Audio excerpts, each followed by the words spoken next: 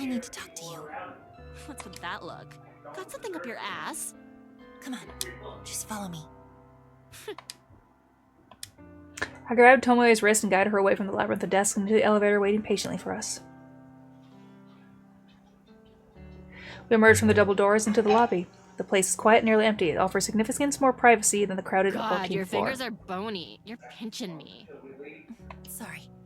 I look over her wrist and she rubs it gingerly against her clothes. Anyway, what's up? I hesitate for a moment. Even though I ran through this scenario in my head during the train ride, I'm still anxious about playing it out now. But the situation involves Tomoe, either directly or indirectly. As she's my friend, she needs to know. Corpse Girl is going to target Kotomi Ida. Huh? Did she get one of them photos? Her reaction is fairly indifferent. I thought after being involved in Tsurumaki's death, this news would be more impact on her. No, I don't think so, but... How do you know that? That's hard to explain. Just bear with me. Kotomi and Shinya had a falling out. Because of her, his career here is at an end. I'm sure he told you about it. Yep. That makes sense. She would confide in his girlfriend about his career, but I don't know the extent of Tomoe's inside knowledge. I doubt she knows the true nature of their relationship, judging by how nonchalant her reaction has been so far. If you can kind of guess what I'm getting at? What? I think maybe that Shinya requested her death. Shinya? Nah, he don't have it in him. Besides, that bitch has it coming. She does? Yep. I'm surprised you found out about it, but I plugged her photo into Corpse Girl's website yesterday. I'm stunned. I can hardly formulate a response to Tomoe's confession. Absolute skank. She deserves to die. But why? After you requested Akane Tsurumaki's death, why would you... Look, it's not about Shinya's career, alright? I spoke with him. Real deep and meaningful-like. He confided in me. But since we're friends, I suppose I can share it with you. Kotomi Ida has been sexually assaulting him. Seriously? I feign a surprised reaction. In reality, I'm just more taken aback that Shinya actually confessed to Tomoe. It's been going on for months, he says. Oops. And now she's fucked his career up, so he'll have no choice but to leave the company. He leaves, and she gets off free without anyone finding out about what she's been doing to him. I hate her. I hate her so fucking much. I try to digest Tomoe's words. I didn't know that Shinya has been putting up with the abuse for such a long time. So Kotomi's motive for ending his career was purely out of self-interest. She was probably looking for a reason, any reason, to discard him, and that slight incident with Aoi was just good enough for her to seize. If he quits the company, she won't get found out. It's a simple plan, but utterly devious. We should tell someone what she's been doing. She can't get away with that. She ain't gonna get away with it. Corpse Girl's coming for her, remember? I can't wait to hear the news about Kotomi winding up dead somewhere. I hope she gets her throat slit. Yeah. But hey, how'd you find out about it?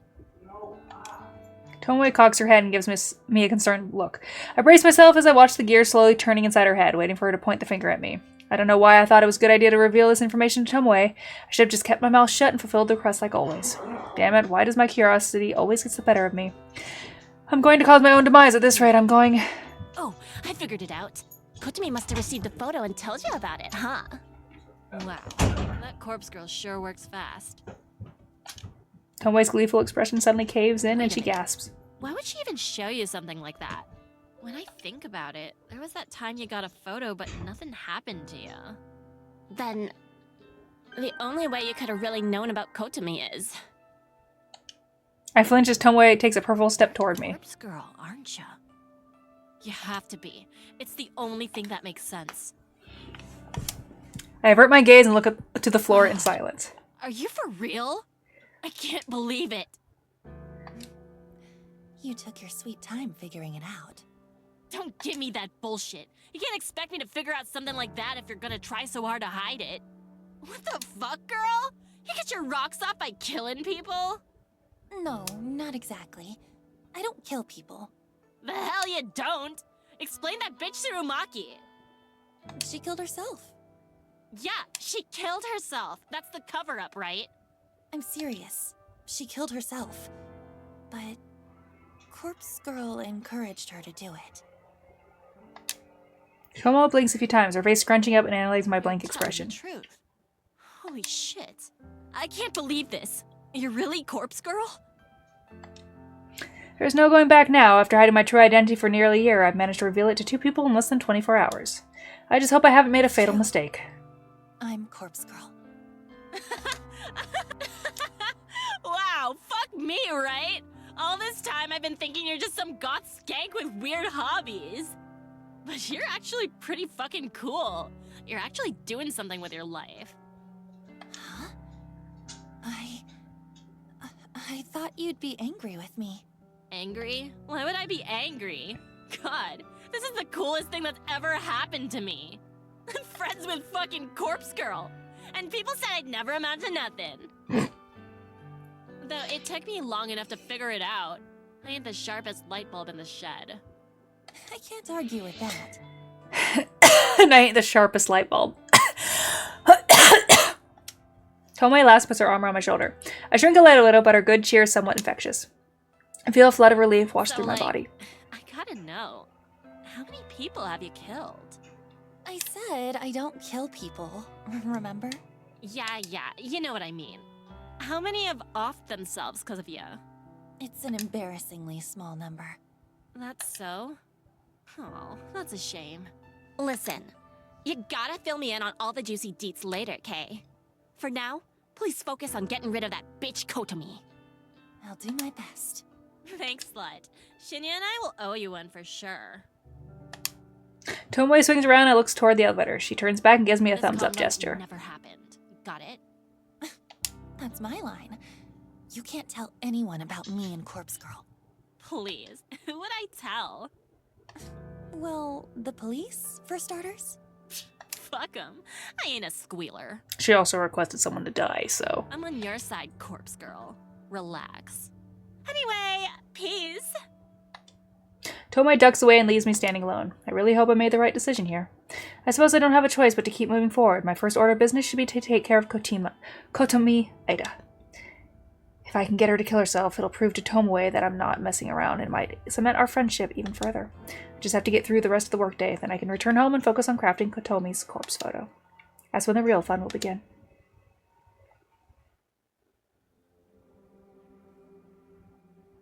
I reach into the drawer and clutch a cheap plastic burner phone between my fingers. Crafting the photo of Kotomi Ida is done. All I need to do now is send it. I thought about waiting until tomorrow, but I already put off making the photo for a day, so I'll make my move tonight. During the edit, I timestamp the photo for tomorrow's date, 10:46 a.m. It doesn't leave much time if Kotomi receives the photo tonight, but I'm confident the plan will be effective. Kotomi will look at the photo tonight. She'll either freak out and end it all immediately, or after a sleepless night of anxiety, she'll pull the trigger, figuratively speaking, instead of going to the office in the morning. I could cross my fingers and hope that by divine intervention someone else will take her life, but based on my recent failures, I don't think that's likely anymore. If anyone else was ever involved in the deaths of the Corpse Girl's victims, I don't think they're still around. Why else would my last few attempts have failed? No, my best bet is to urge Kotomi to simply kill herself. A convincing enough corpse photo might be enough to lure her to her death. When I turn on the burner phone, I'm happy to see the battery is still charged. I load up the phone number masking app, enter my trademark digits, and then shoot the photo into the network. If Kotomi is a screen addict like the rest of society, she'll be freaking out in about 10 seconds. Since this victim is going to have a quick turnaround time, I'll take the burner to the back shed tonight to sort, and I'll ditch it on the way to the office tomorrow. I'm not expecting a reply within such a narrow time frame, so there's no need to hold onto the phone for 24 hours like I normally do. Clutching the phone with one hand, I grab my keys from the kitchen bench with the other. I step toward the front door. The phone in my hand vibrates violently, and I nearly drop it in terror. I bring the screen swiftly to my face and read the alert. One new message. Without thinking, I unlock the phone and open the message. There's a reply from Kotomi Ida. You think this is funny? I know who you are. I'll report you to the police. Oh my god. Holy shit. She actually replied. For the first time since Corpse Girl started her grand work, I've actually received a reply from a victim. Even though I used the number mask, there's actually nothing stopping someone from directly replying to my message. A reply would still get sent through the network and back to the burner phone SIM card. The number mask is simply a stealth tactic, disabling the ability to view the phone number actually is. It doesn't prevent replies. We know you've been waiting for one. I discard the burner phones anyway, but it's an extra layer of security, not to mention a bit of a calling card. Judging by Kotomi's response, I assume we have a fighter on our hands. She's not going to give in easily. Her threat about reporting me to the police is a bluff. I'm confident that she couldn't possibly know my identity. I've been waiting for this. I've waited so long for someone to reply. I can finally put my contingency plan into practice. I've been holding out for this moment. I feel a wicked grin split my face in two, and I mash my fingers against the screen as I compose a venomous reply. You like the photo? That's you in about 12 hours, unless you follow my instructions. The message sends in an instant, and I eagerly await the next reply. I'm not left waiting long. Kotomi's response comes through within seconds. Her attitude has completely changed. Please, I'll do anything. What do you want? I called your bluff, you piece of shit. Now you'll do what I tell you to. I enter my instructions clearly and concisely.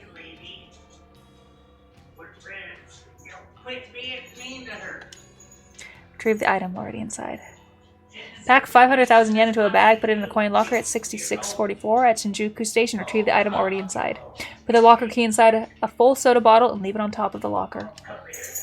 After I send the message, I decide to add one last bit. Do it now. Make sure no one sees you. And go to platform 12. Do not board a train. Await my instructions. Satisfied with this addendum, I hit send. If Kotomi truly fears for her well-being, she'll carry out the instructions. Her response arrives shortly. Okay, I'll do it. I'm going there now. Yes. I've done it. I've convinced her. I'll collect the money once I'm sure she's no longer hanging around. 500,000 yen is nothing to sneeze at. It's not life-changing, but it'll cover my rent for a good few months. I chose this amount to simply test the waters. Asking for an insane amount would make it impossible for a victim to follow through. But I figure someone like Kotomi, an exec for a big company, would easily have access to this much dough.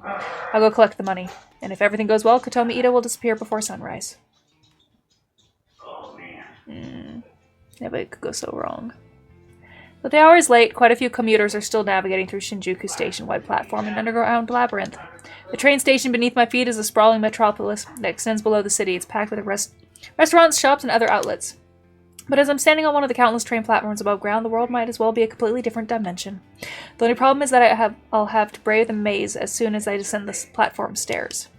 I tend to get dizzy in such places. My normal morning route doesn't require me to travel through the underground plaza. I'm able to exit the station within minutes of my train arriving on the platform. Still, I'm somewhat familiar with the layout of the underground. I know exactly where Coin Locker 6644 is located. The Coin Locker is train stations like these are a popular way for people to store luggage or personal belongings for a few hours at a time. In Shinjuku, it can often be difficult to find even a single available locker. But Coin Locker 6644 is special. I approach it from a main passageway of the underground and my eyes take in the familiar sight.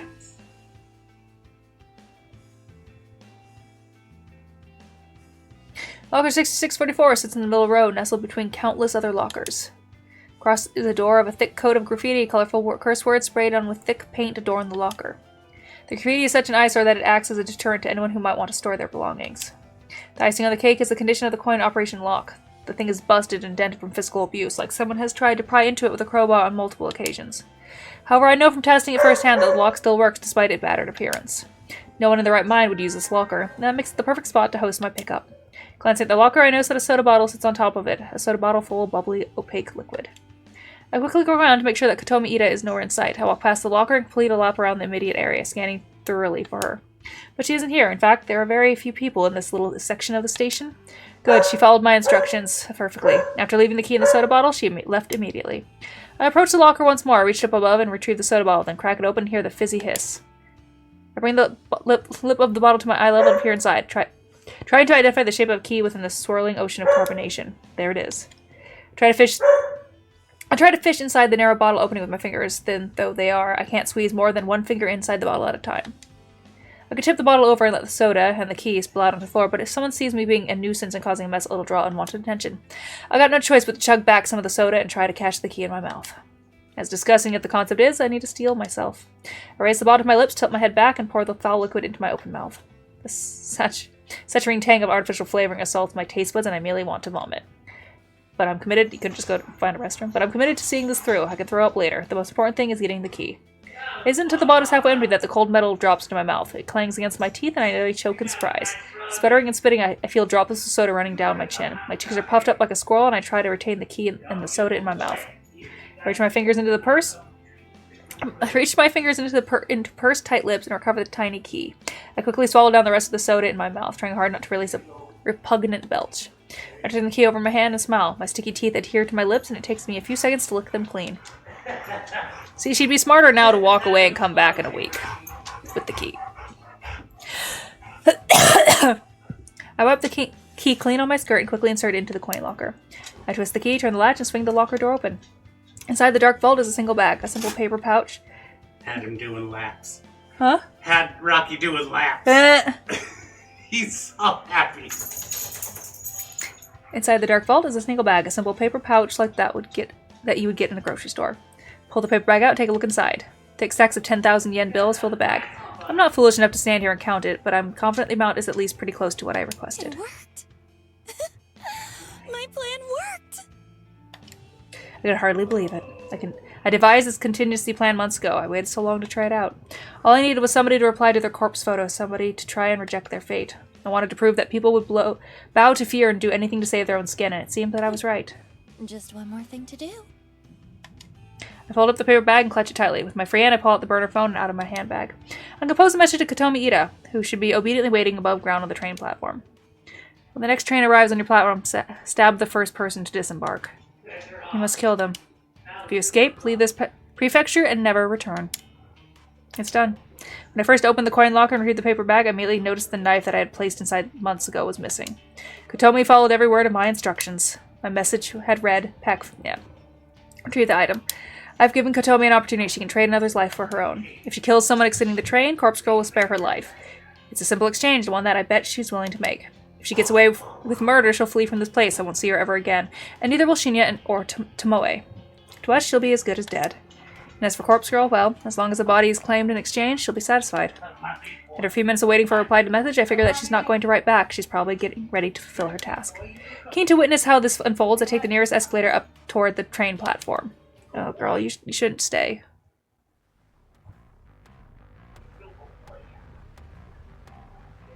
The scene is absolute chaos. It wasn't difficult at all to navigate to this area. All I had to do was follow the echoing screams. I spy the shadowed form of a body lying on the platform in front of me. I can't make out any details, but a shallow pool of blood reflects the harsh light shining from high above. To my surprise and delight, a second body is sprawled across the ground nearby. It's a young woman's corpse, with one arm raised against the side of the vending machine. Adrenaline surges through me at the violent scene. Kotomi Ida, she managed to take out 2 people. She might be my new favorite person in the entire world. I hear panicked voices in the background, and I turn my head slowly. What the? 2 more bodies are on the ground. 2 men in expensive-looking suits are collapsed in puddles of their own lifeblood. One of the men is still moving and groaning, pleading for someone to stem the tide of gore. A familiar, lustful, tingling sensation begins to stir and rise through my belly, my thighs, and my pelvis. I feel my toes clenched and my breathing grows heavier. There's one more surprise to be had here amidst these beautiful spectacle of carnage. A woman is slumped in one of the plastic chairs that lines the platform. Her head is tilted, her suit jacket stained with red. A thick knife with a black grip protrudes from the side of her neck. A bubbling river of vital fluid cascades around the glimmering blade and pools within her shirt collar. Even with her face masked by blood, it doesn't take me more than a few seconds to recognize her identity. Kotomi Ida. Dead.